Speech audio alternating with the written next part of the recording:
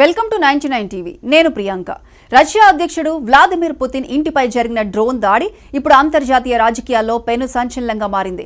Russia Ukraine యుద్ధం ఒక కొలిక్కి వస్తుందని భావిస్తున్న తరుణంలో నేరుగా పుతిన్ నివాసాన్నే టార్గెట్ గా చేసుకుని అటాక్ జరగడం ప్రపంచ దేశాలను ఉలిక్కిపడేలా చేసింది.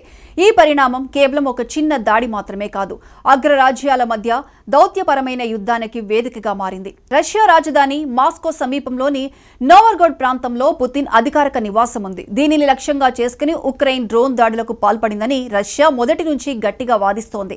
అయితే ఈ ఆరోపణలను ఉక్రెయిన్ మరియు దాని మద్దతు దేశాలైన నాటో సభ్యులు తీవ్రంగా ఖండించారు. ఈ నేపథ్యంలో తమ ఆరోపణలు కేవలం మాటలు కావని, తమ వద్ద స్పష్టమైన ఆధారాలున్నాయని నిరూపించుకోవడానికి రష్యా ప్రభుత్వం రంగంలోకి దిగింది. ఇందులో భాగంగానే రష్యా రక్షణ మంత్రిత్వ శాఖ తాజాగా ఒక కీలక వీడియోను విడుదల చేసింది. రష్యా సైనిక నిఘా సంస్థ అయిన GRU అధిపతి అడ్మిరల్ ఇగోర్ కోస్యుకోవ్ మాస్కోలోని అమెరికా మిలిటరీ అధికారులతో ప్రత్యక్షంగా భేటీ అయ్యారు. ఒక దేశ నిఘా విభాగం అధిపతి మరొక దేశ రక్షణ అధికారులతో ఇలా నేరుగా భేటీ కావడం చాలా అరుదు. ఈ సమావేశంలో రష్యా సైన్యం సేకరించిన సాంకేతిక ఆధారాలను అమెరికాకు అందజేసింది. దాడి సమయంలో రష్యా వాయుసేన కూల్చివేసిన డ్రోన్ శకలాలను వారు క్షుణ్ణంగా పరిశీలించారు. ఆశ్చర్యకరంగా కూలిపోయిన డ్రోన్లోని నావిగేషన్ వ్యవస్థలు అంటే దిశానిర్దేశం చేసే యంత్రాలు చెక్కు చెదరకుండా లభించాయి. ఈ నావిగేషన్ వ్యవస్థలను నిపుణులు విశ్లేషించగా ఆ డ్రోన్లకు ముందుగానే పుతిన్ నివాసం ఉన్న నోవర్గోడ్ ప్రాంత కోఆర్డినేటర్లను ఫీడ్ చేసినట్లు రష్యా గుర్తించింది. అంటే ఈ డ్రోన్లు పొరపాటున అక్కడికి వెళ్లలేదని, పక్కా ప్రణాళికతో పుతిన్ నివాసాన్ని ధ్వంసం చేయడమే లక్ష్యంగా ప్రయోగించారని రష్యా వాదిస్తోంది. ఈ వివరాలన్నింటినీ ఫోరెన్సిక్ రిపోర్ట్లతో సహా రష్యా అమెరికాకు అప్పగించింది. మరోవైపు అమెరికా ఇంటెలిజెన్స్ సంస్థలు మాత్రం ఈ విషయంలో ఆచితూచి స్పందిస్తున్నాయి. ఉక్రెయిన్ దళాలు ఈ దాడి చేయడానికి సరైన ఆధారాలు లేవని, బహుశా ఇది రష్యానే స్వయంగా సృష్టించుకున్న నాటకం కావచ్చని కొన్ని పాశ్చాత్య మీడియా సంస్థలు ఆరోపిస్తున్నాయి. ఉక్రెయిన్ అధ్యక్షుడు జెలెన్స్కీ కూడా తమకు రష్యా భూభాగంలో దాడులు చేసే ఉద్దేశం లేదని, తాము కేవలం తమ భూభాగాన్ని రక్షించుకుంటున్నామని స్పష్టం చేశారు. అయినప్పటికీ రష్యా పట్టు వదలడం లేదు. అంతర్జాతీయ సమాజం ముందు ఉక్రెయిన్ను దోషిగా నిలబెట్టేందుకు ప్రయత్నిస్తోంది. ఒకవేళ ఈ దాడులు నిజంగానే ఉక్రెయిన్ చేసి ఉంటే అది యుద్ధాన్ని మరింత భయంకరమైన దిశకు తీసుకువెళ్లే ప్రమాదం ఉంది. అణ్వాయుధ దేశమైన రష్యా అధ్యక్షుడి ప్రాణాలకే ముప్పు వాటిల్లితే రష్యా ఎంతటి తీవ్రమైన నిర్ణయమైనా తీసుకునే అవకాశం ఉందని పొలిటికల్ ఎక్స్పర్ట్స్ హెచ్చరిస్తున్నారు. ప్రస్తుతం రష్యా సమర్పించిన ఆధారాలను అమెరికా పరిశీలిస్తోంది.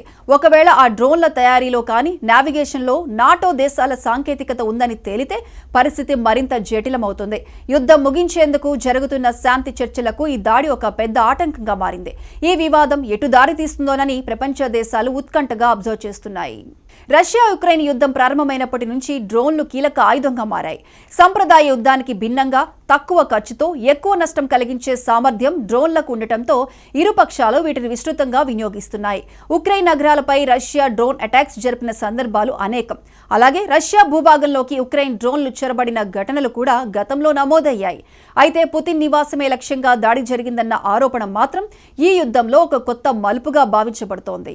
ఈ దాడి నిజమైతే అది కేవలం పుతిన్ వ్యక్తిగత భద్రతకు సంబంధించిన విషయం మాత్రమే కాదు, రష్యా సార్వభౌమత్వంపై జరిగిన దాడిగా మాస్కో భావిస్తోంది. ఒక దేశాధ్యక్షుడి నివాసాన్ని లక్ష్యంగా చేసుకోవడం అంటే ఆ దేశ ప్రభుత్వాన్ని ప్రత్యక్షంగా సవాలు చేసినట్లేనన్న వాదన వినిపిస్తోంది. ఈ కారణంగానే రష్యా ఈ ఘటనను తీవ్రంగా పరిగణించి అమెరికా వరకు ఆధారాలు తీసుకువెళ్లిందని నిపుణులు చెబుతున్నారు.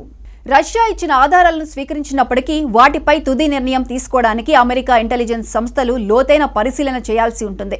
డ్రోన్ నావిగేషన్ డేటా, ప్రయాణ మార్గాలు, ప్రయోగించిన ప్రాంతం వంటి అంశాలను విశ్లేషించకుండా ఎవరికీ బాధ్యత కట్టబెట్టడం సాధ్యం కాదని అమెరికా అధికారులు భావిస్తున్నారు.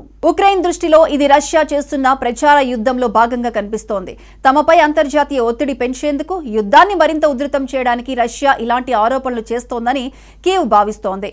ముఖ్యంగా పశ్చిమ దేశాల మద్దతు కొనసాగేందుకు తాము ఇలాంటి చర్యలకు పాల్పడలేదని ఉక్రెయిన్ చెబుతోంది.